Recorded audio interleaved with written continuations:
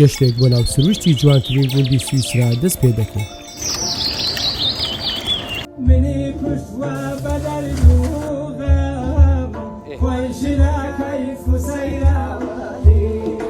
ئێوە ناخۆشە. وڵاتێکی بچووک بەڵام زۆر جوان و سەرنج ڕاکێش لە ناوەڕاستی ئەوروپادا ناسراوە بە سروشتی سەرسورێنە، تافگەکان، شارە ئارامەکان و ئاسی بەرزی ژیان.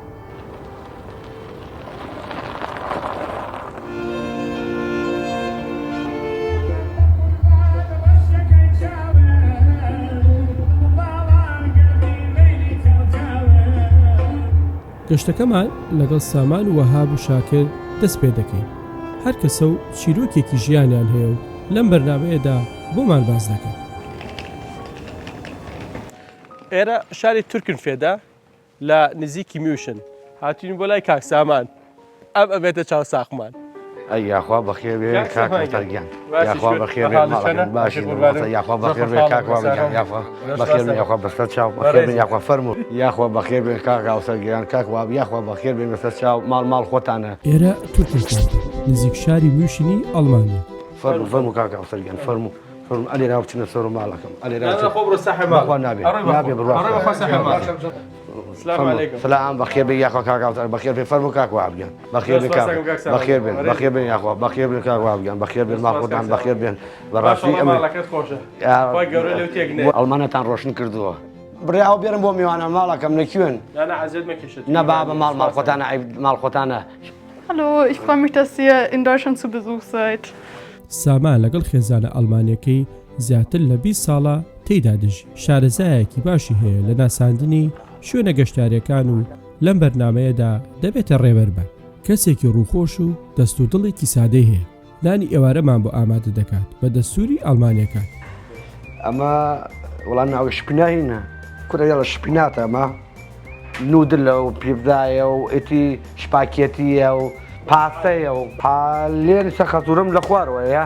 وەرە بدان چی پیڤدایەکی دروستە بەدەستی خۆی دروستەکان لەشی ساغ بێ با فەرموو با بڕۆینە خوار و سێری کاک ئاوسەرگیان ئەوە تونفیشە ئەوە زەیتونە ئەوە تۆماتۆ سۆزەی ئیتالیا لە ئیتالیا خۆی ئیتێرێت ئەمە شینە شینکینە سەلامیە گۆشتی ئەوە حەڵاڵە کاتەبانی شینە ئەو خۆی دروستیەکات ئەوە ئینەوە بە پەتاتۆی کاتە لەشی ساغ بێ ئەم ئەیکات چای بۆ مناڵانەوە هەیە زۆر باشە بۆ مناڵەکان خەسوو 50 ساڵە لەگەڵ پیاوەکەیەژێ بەس ئەوە 6 مانگە پیاوەکەی بە نەخۆشی سەرەتان مرد. باوک خێزانەکەم ئیتالی ئەمە خۆی ئەڵمان ئەسڵە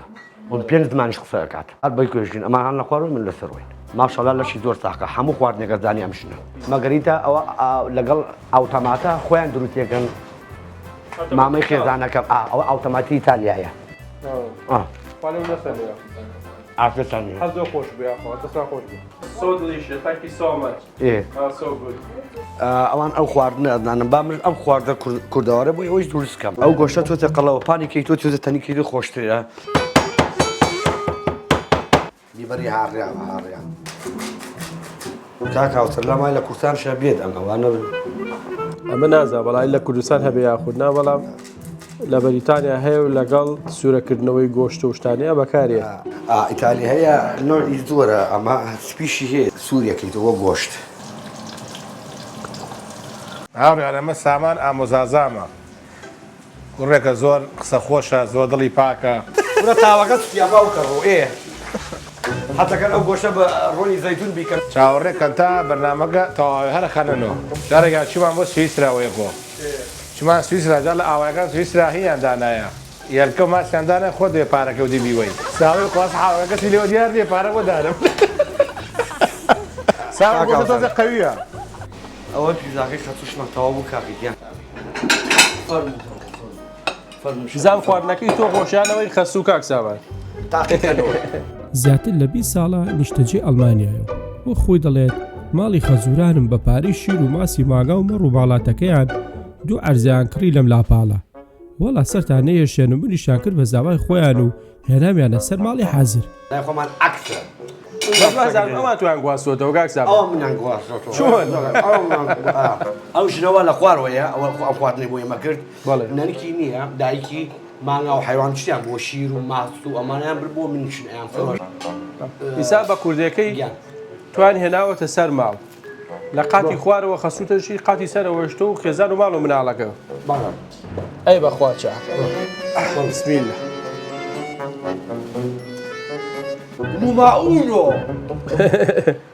بەیانی ڕۆژی دووەمانە لەگەڵ وەهاب و سامان غەرازیان کردوتە سنووقی بیژۆکەوە و بەڕێ ئەکەوین بەرەو ئینتەرلاکینی سویسرا ئەو شوێنەی کە پڕ لە دیمەنی جوانی سروشتی و بەناوبانگترین گوندی گەشتیاریە لە جیهاندا. جاوەرم با دوکانێکی جیاوازتان پێ بناسێنم کە لەسەر سیقا هێلکە و شیر و ماسە فرۆشن با بزانین چۆنە فەرموو کاک سامان. لە ڕێگا چاومان بەم دوکانە کەوت کەسی لێ نییە و لەسەر سیقا خواردنە خۆماڵەکان دەفرۆشتێت. دوکانێکیاندا ناوەسقا هێلکەت گەرەکە هەچیت گەرەکە خاوەنی لێران نییە پارەکەکەیتە ئەوە کاسەکەی بەسەو کامێرەیە ئەوە کاسەکەیە تیەکەی خەیاریان هەیە نودلیان هەیە هێلکەیان هەیە مۆتەیان هەیە ئەمە گۆشتەکەی ماسیمان لایە بایجانە بەتاتە ئەمە شتومەکی فارمەکان ێنینی لێرە ئەفرۆشن ئاوایەکان خۆیان دروستیەکەن ئەم ماڵە خۆیان دروستەکەندایانە ئەمە فریشە گشتی پارەکەی تێکەیت ئەوە ساعەکەشی لێ نووسیاوە گۆشتەکە بۆ ئێمە هەژدە ئیرۆ بەڵام ماسەکان لەوە چێ خۆش بێت ئەمە مرەبایە مرەبایە ئەمە مرەبایە ڕۆتفرۆنە ئەوە مرەبایە وەک زەڵاتێ ئینەکە زەڵاتێ سوورە ئەمە چییە؟ سەریکەمە خۆم بە بڕوا بکە 20 ساڵ هەمە منتیقا هەڵن ئەمە خۆم یەک ڕۆ چاوساقمانە بڕوا بکە 20 ساڵە لێرام چارێکێک ئەمە خۆم یەکڕن هاتمە بۆ ئەیە خۆم یەکڕن باوەڕەکەی وڵای بۆ وازی لێ بێنە بزانام هێلکەکانیان گەورەیە مەشروب مەمنوع لێرە بفرۆشێ کاکە بەخوا چاکە مەشروب مەمنوع لێرە مەشروب نافرۆشێت ئەوە دە هێلکەیە ئەمە دە هێلکەیە هێلکەیە هێلکەکانی وڵای بچووک هێلکەکان باعثی ئیرۆ 80 ئەمە بریشکی کوردی عفو بریشکی ئەڵمانیە ئەڵمانیا وتە لە ناو قاعەکە ناو قاعەکە ئەگەر لەخوا نەترسیت ئەتوانی بیبیت و بڕۆیت بەڵام ئەوە کامێرەیە بێرەوە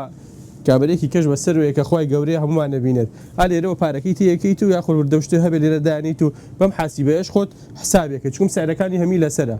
کە بایی چەند بێت لێرە زەربوو ناقسێکیت و پارەکەی تەناو ئەمە و خوا حافیز.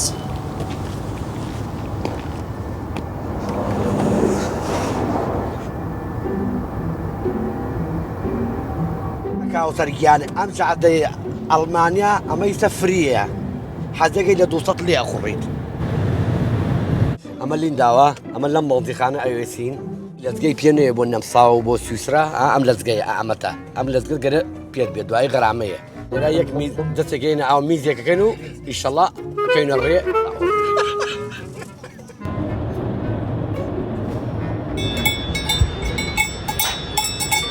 لێرە وڵاتی نەمسایە بەرەو سویسرا ڕۆین تەبە لەم شوێنە لامانە هەنێ شیر و شت بکڕین بەڵام کەسی لێ نییە دیارە ماڵەکە ئەمە ماگەکانیانە چەند جوانە ئەمە ئایەیە ئایا چی پێڵێن؟ هێلکە هێلکە وە 4 ئیرۆیە باشە ئەمەشان شیرە لیتری بە 1 لیتر بە ئیرۆ 50 سنت وەڵا باشە ماشەڵڵا چەند گەورە ماگەکانیان ئەیا ئەو قاتە ناناسێژە بە کیە بە قاتڕەوە ئەم ماگەی نەفساویە کاک ئیلیگاتەریکە ئەبێ ئاوی لێ بکەی ئای بۆ بکەیت ئای بوومە قوربان چییە چی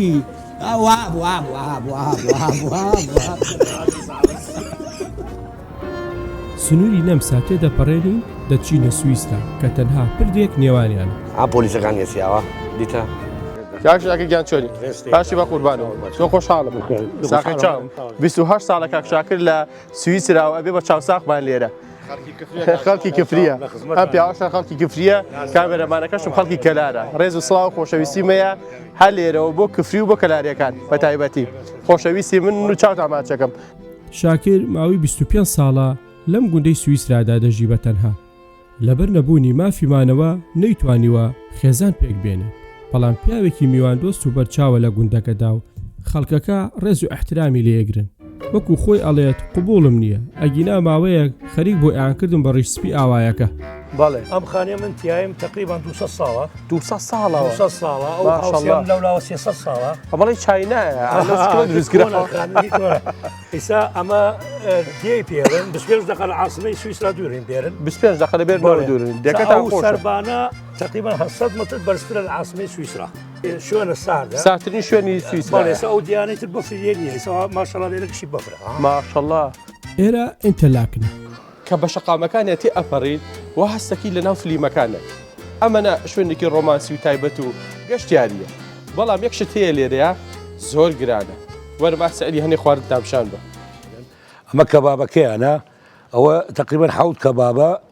بێ زەڵاتە بێ ئاو بێ هەموو شتێک بای 33 دلارە بێ زەڵاتە بێ برنج بێ ئاوشیەکان بچکەش ئەمە برنجێکی قاپێکی ئەو بچکۆلانە بە 6 فرەنگە لە سویسە گرانیە قاپێ بچکۆلانە بە 6 فرەنگە ئەوە تا نووسراوە شەشی وا بەشی گاگوا برنجە ئەو ماسە ئەو قاپە ماسە بە 5 دلارە کێکی بچوک بچووکی تا ئەوە فەلافلی پێڵێن فەلافل بە 10 دلارە دوو پیزاماداوا کردووە تەمەن خاوەنەکان نیشان کوردن پیزای بای 30 دلارە ئاوێ بای 5 دلارە بە حساب هەرزانەکەیەتی ماسایەک بای 4 دلار 5 دلارە لەفەیەکی ئاوا بای چەندە 12 گەورەکەی 13 دلار نیم لە ئەم وتێلەش کە بینێن هاوڕێیان لە پشمانەوە لەگەڵ کاکەوە ئەوام شەو لێرە خەوتین بەهۆی حاڵەتێکی نەخوازراوە لەو ماڵێکە داوەت بین حەزاکە بازیکەم بەڕاستی جرجێکی گەورە مابینی بەڵام نەمازانی لەکوێوە هات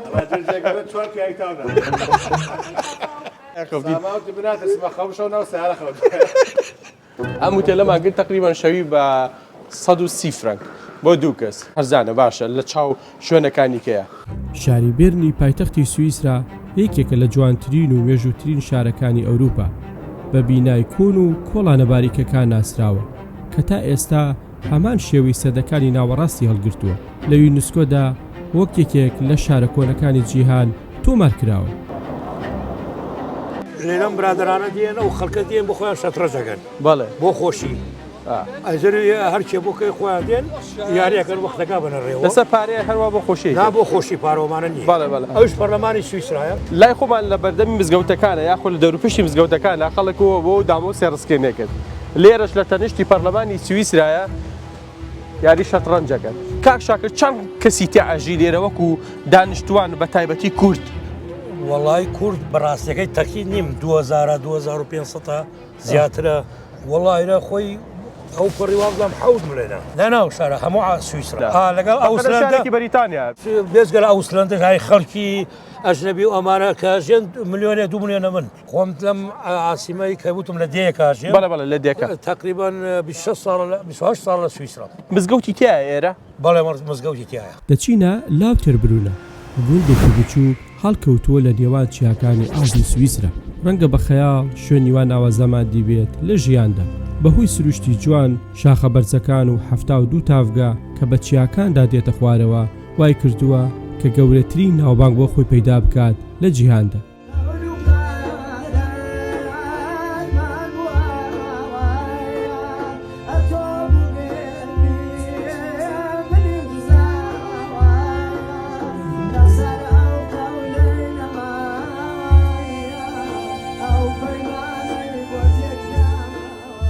لەگەڵ شاکر و سامان وەهاب ڕۆژێک ماینەوە لەم گوندە سامان گۆشتە بژێنێت و شاکر باوەشێنێکە وەهابش ئەخوا و ئەخەنێت ئەوە مەکە بە حیامانە شوکرە مشلن نیە ئەدانم کاکی ئەو هینێن هەیە ئەو تەختە ئەستێ لە ژێرەوە تەختەی چی ئێوە سیخەدانە سیخ ڕاو ماسی بە شیش کەبابەوە ڕاو ماسی وەستای براوەڵا وەستای گاڵتە لێ ناکرێ ئاو نەختە تێکشیدا یەکەم جار گۆشتی بەرخ لەگەڵ تەماتە و بیبەر ئەکات بە شیشەوە و ئامادەیەکات بۆ سەر خەڵوزەکە ئەمەش پێگەیە ئەو دەستانەتان خۆش هەرچەند سروشتی ناوچەکە بەفرە بەڵام کەش و هەواکەی گەرمە جێگایەکی تایبەت بە ئاگرکردنەوە هەیە لەم گوندەدا کە لە تەنی شاخەکەدا بەلاشە و تەنانەت داریشانداناوە بۆ گەشتاران تا بەکاری بێنن بێ بەرامبەر لە هەندێک شوێنی بەریتانیا ڕەنگە گەر شوێنێکی وا هەبێت نرخی بگاتە زیاتر لە 100 پاون لە کوردستانش خزمەتگوزاری لەم شێوەیە دەگمەنە ئافرەتانوێت ئافرەتانوێت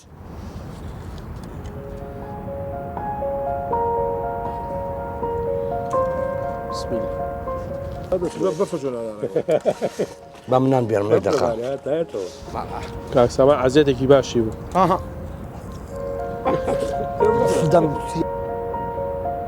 بەخوا تایبەتە ئەم بەس لە فلیمەکانە دیومە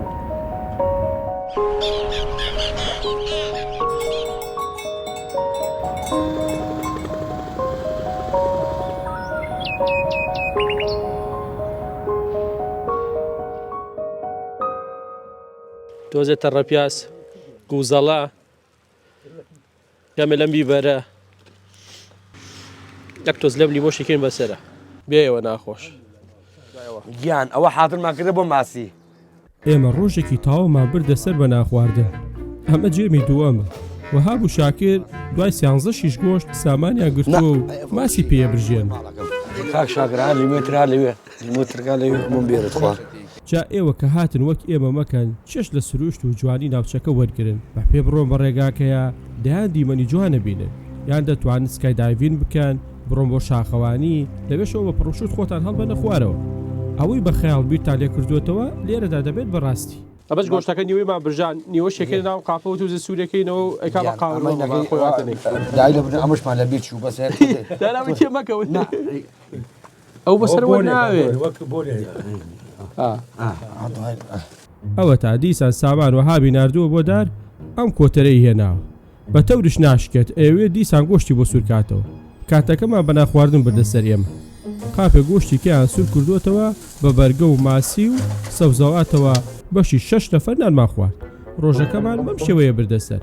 جا ئەوەی ئێمە کردمان دەستم دامێنتان ئێوە نەیکەن بڕۆن چێش لە هەموو ئەو ئەکتیڤیتیانە وەرگرن کە سویسرا دایناوە بۆ گەشتیاران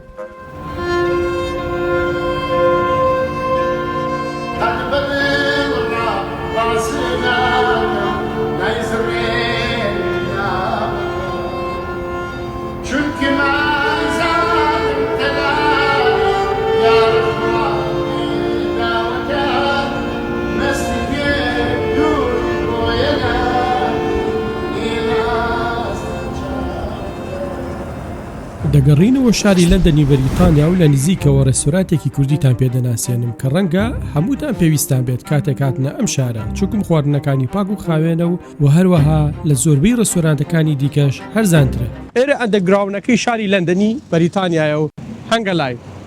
ئێرە لیۆنز گریلە کەوتوتە شەقامی ڕۆیال پەرایت لە شاری لەندەنی بەریتانیا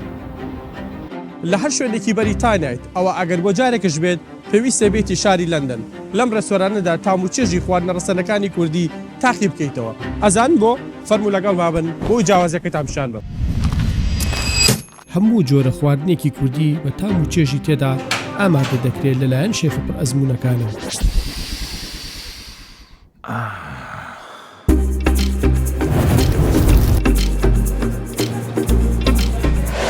قۆزی مریشک و گۆشت لەگەڵ دەیان جۆر شلەی کوردی یاپرا خودوو گۆشت و کەباب لەگەڵ گەست بە هەرزانترین نرخ پێشکەش دەکرێت بە تایبەت شێری بلیتەکەی کە بۆ 6 کەسە و نرخی تەنها 56 پاوەنە ئێمە هەر خواردنەکانمان تایبەت نییە چاکەشمان تایبەتە چکار لەسەر خەڵوزەکرێ ئەمە شوای کردووە ببێتە خۆشترین و پاک و خاوێنترین و هەرزانترین ڕێستۆران لە شاری لەندەن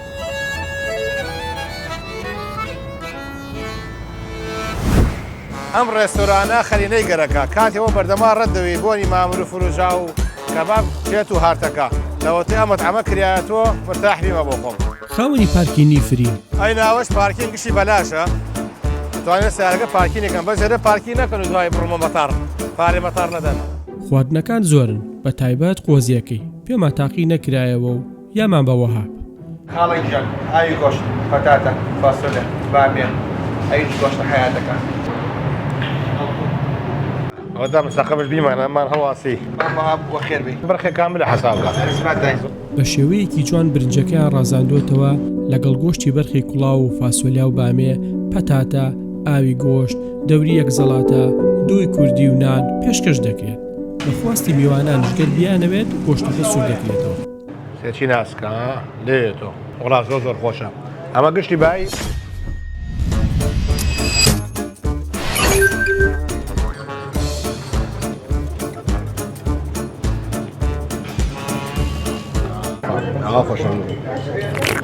مشتریەکانمان بەعام لە خواردنەکانمان رازین ئێمە ئەتوانین ئەگەر ئێکێک بێرزدەی هەبێ یاخود پارتێکیان هەبێ یاخود بیانەوێ لای ئێمە خواردن بکەن ئێمە خواردن بۆ ئەوانیش ئەەکەین و بەپێ ئەو عەدەدەی کە پێمان ئەڵێن دەچینە لای وەستا فەرهاد کە تایبەتە بە برژاوەکان و شێرین پلەیتەیەکی شەشکەسیمان بۆ ئامادە دەکات. شێرن پلەیتە لە هەموو شوێنێک نرخی گرانە بە تایبەتی لە لەندەن نرخی لە تقریبان 65 پاوەنەوە هەتاکو 70 بۆ 100 پاوەش دەست پێەکە لە شوێنە مام ناوەندەکان ئەگە بچیتە شوێنە ڕاقەکانی کە ڕەنگە بگاتە نزیکی 400 بۆ 500 پاوەن بەڵام لێرە تەنها بە 55 پاوەنە لە ئێستاە با بزانین وەستا فەرهاد چیە خالی سەرەوە شێرن پلەیتە و چی مامە دروستەکە. وەستاگیان ئەوە 4 دانە لام ڕیپس 4 لام ڕیپس 2 لام چۆپ 4 شیش گۆشت و بریشک لەگەڵ 2 شیش کەباب و 2 شیش باو ئەویش تەماتی برژاو بیبەر پیاز هەموو شتێک کاتی ئامادەکردنی ئەم خواردنە گە زۆر بیزی نەبین دەدەقە بۆ چارێکێک ئینشاءڵڵا هەموو شتێک ئامادە بێ وەکو پێم وتی لام شاورمی لەگەڵایە چکن شاورمی لەگەڵایە برنجی لەگەڵا دێت بریانی لەگەڵ دێت برژاندنی بەدڵی مشتریەکانە لەوەری هەندێکیان حەزیان لێ زۆر ببرژێت هەندێکشی کەم خێڵشتەکەش مشتری حەزی لێ زۆر بێ و مشتری حەزی لێ یەکەم بێ بەدڵی خۆیان بەیاندانین ئەوە ئێستا اینجا پیازی برژاوی ماوە تەماتی ماوە تا بتوانین خزمەتیانەکەین ئەویش پلاتەرەکەمان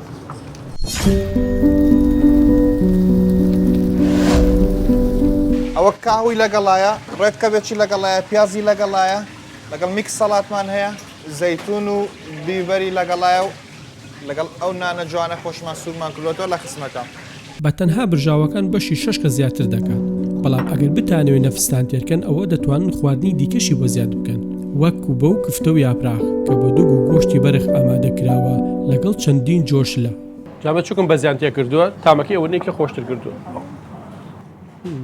ئەگەر خێزاناریت و بیتە ئێرە بۆ یادی لە دایکبوونەکانتان یاخود میوانێکی تایبەتان بێت ئەوە زۆر هەرزانتر دەکەوێت لەسەرتان لە ڕووی کات و نرخ و شوێنەوە چونکە ئەگەر لە ماڵەوە ئامادە بکرێت ڕۆژێکی تەواوی پێدەچێت و نرخەکەشی سێقاتی ئەم ڕێستۆرانتەیە حتا نێنێ ئێرە و خۆتان تاقی نەکەنەوە خواردنەکانی ئەو تامولەزەتەی نییە کە من بۆتان باسەکە. لیۆنس گریل کەوتۆتە شاری لەندەنی بەریتانیا شەقامی ڕۆیال پڕیت گەردەتانەوێت چێژی خواردنی ڕەسەنی کوردی بکەن ئەوە وەرن لە نزیکەوە تاقی بکەنەوە بە تامی کوردستان.